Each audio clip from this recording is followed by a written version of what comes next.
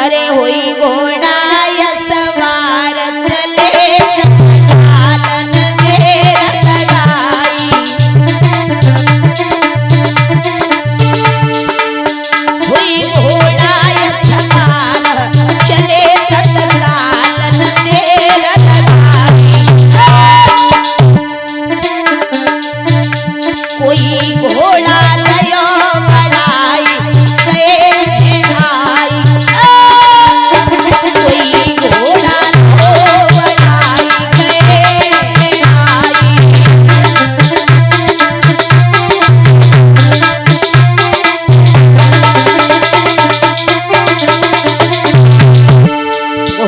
सवार होके चल पड़े महाराज यार।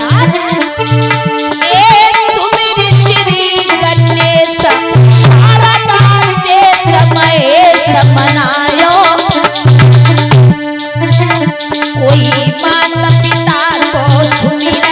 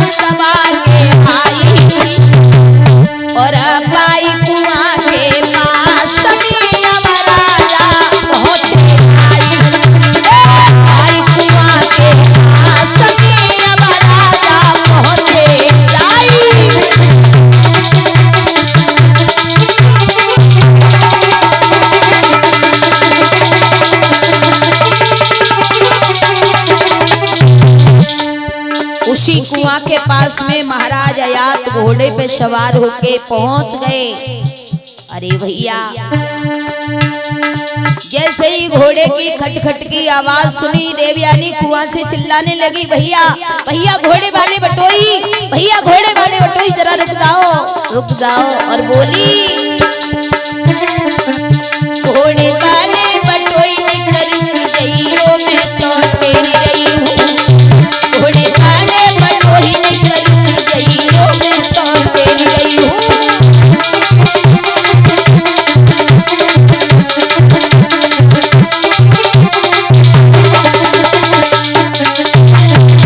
बोली है देवयानी,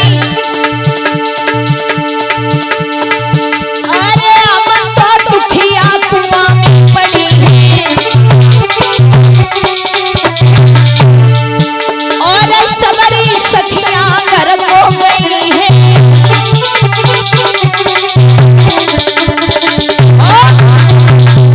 मोई कुआं से बाहर निकाली निकलती गईयो, घोड़े वाले बटोही निकलती गईयो, मैं तो तेरी रही हूँ।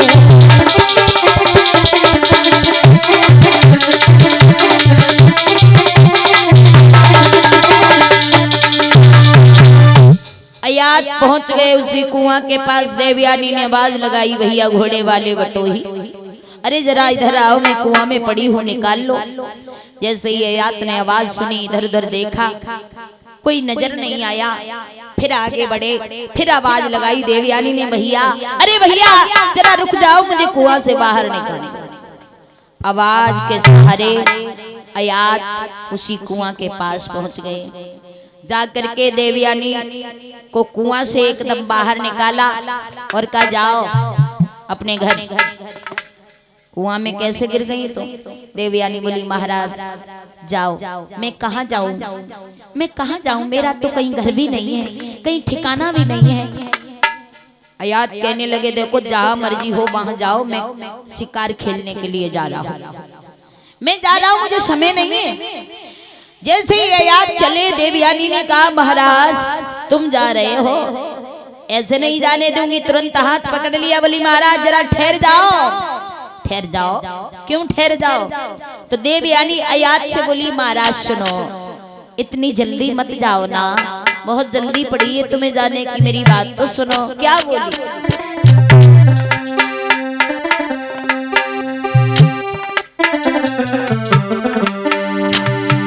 जरा देर ठहरो ठहरो। अयात से बोली देवयानी महाराज जरा देर रुक जाइए, थोड़ी बात सुन जाइए कि जरा देर ठहरो ठहरो और तमन्ना यही है अभी मैंने जी भर के नहीं है, अभी मैंने जी भर के देखा नहीं है।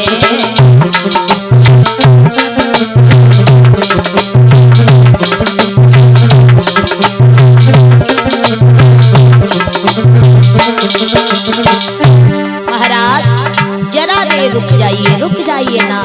आहा मेरी बात सुनो ना, बोली देवयानी जरा देर ठहरो ठहरो, हो जरा देर ठहरो ठहरो, अरे तमन्ना यही है अभी मैंने जी भर के नहीं है, अभी मैंने जी भर के देखा नहीं है।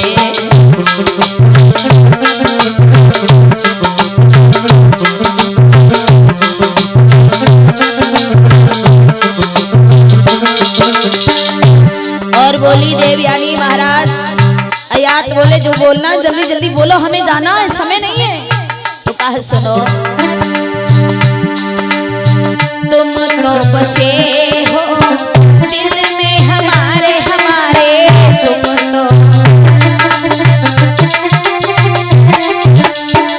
तुम तो बसे हो दिल में हमारे हमारे, तुम तो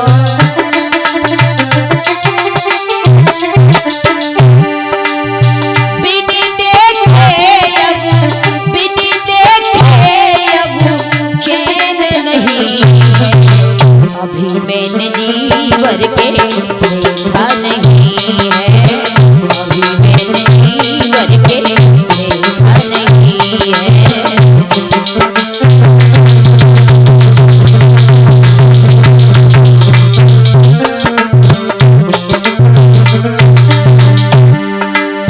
जरा देर ठहरो ठहरो, हो जरा देर ठहरो ठहरो, अरे तमन्ना यही है अभी मैंने जी भर के देखा नहीं है, अभी मैंने जी भर के देखा नहीं है।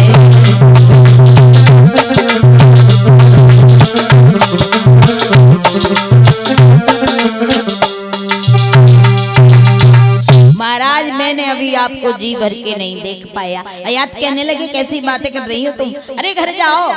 देवयानी बोली महाराज न तो जाऊंगी न जाने दूंगी। मतलब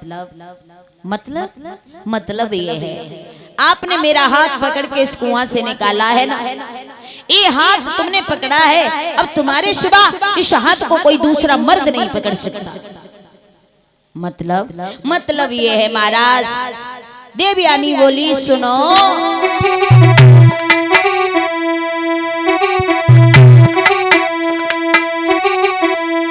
अरे कोई अपनी दुल्हनिया बनाई लियो संग ले चलियो, कोई अपनी दुल्हनिया बनाई लियो संग ले चलियो।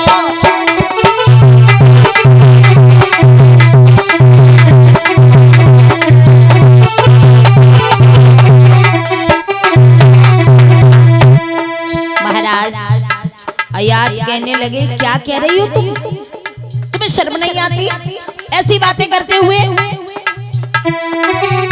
कोई अपनी दुल्हनिया बना लियो सगले चलियो,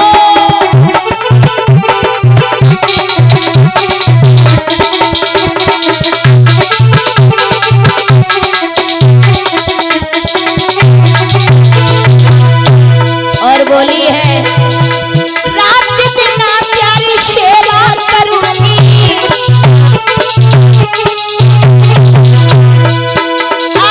पतिव्रत धर्म से नहीं निभूंगी, मेरे संग में बिहार चाहिए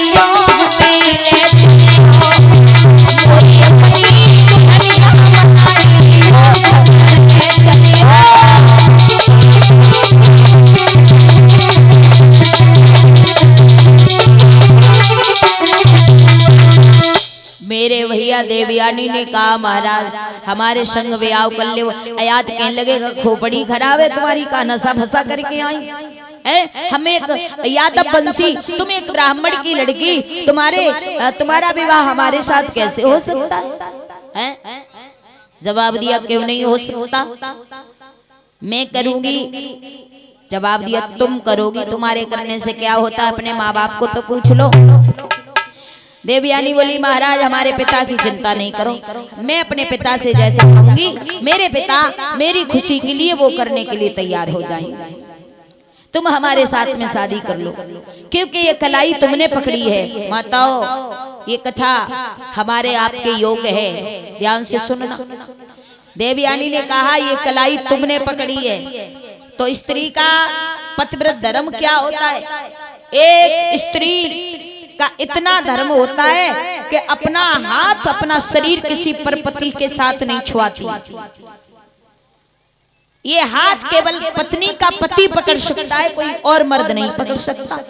हमारी माताएं गांव में जब चूड़ी पहनाने वाला व्यक्ति आता है ना, तो हाथ देकर के हाथ में हाथ थमा के चूड़ियां पहनती हैं। तो ये गलती मत किया करो, आपका हाथ ये दूसरा मर्द पकड़ता है, इससे भी तुम्हारा पतिव्रत धर्म नष्ट हो जाता है। इसलिए एक पतिव्रता स्त्री को किसी पराये पुरुष से अपना हाथ नहीं पकड़ाना चाहिए।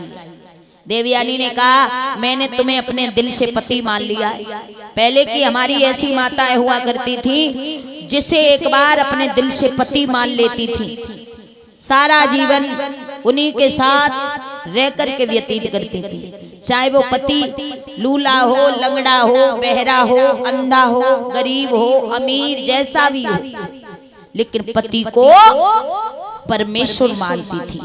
एक बार जिसको अपने दिल से पति मान लेती थी उसी के साथ जीवन गुजारा करती थी पहले की माता। तो ऐसा करना चाहिए, एक बार जिसे पति मानो उन्हीं के साथ जीवन गुजारो। क्यों? क्योंकि मेरी माताओं स्त्री के पास सबसे बड़ा धर्म अगर कोई है तो उसका पतिव्रत धर्म है, सबसे बड़ा धर्म स्त्री के लिए, सबसे बड़ा धर्म। स्त्री मंदिर में ना जाए, पूजा न करे, व्रत न करे, कुछ भी न करे, केवल पतिव्रत धर्म का पालन करती रहे, अपने पति के सिवा किसी परपति को सपने में भी ना देखे और पति की आज्ञा पालन करती रहे, यानी पतिव्रत धर्म पालन करती रहे, तो उस पत्नी को भगवान प्राप्त हो जाएंगे। ध्यान रखना, सबसे बड़ा देवता, सबसे बड़ा भगवान पत्नी के लिए अगर कोई है तो वो उसका पति होता है। पति पहले की हमारी माताओं ने, प्राचीन माताओं ने मंदिर में जाके, संतों के पास जाके मूड अपना नहीं रगड़ा था। ये माथा संतों के पास और मंदिरों में जाके मूड नहीं रगड़ा था। पहले की माताओं ने पतिव्रत धर्म के पालन किए थे, अपने पति के, अपने सास और ससुर के चरणों में ही भगवान को देखा था।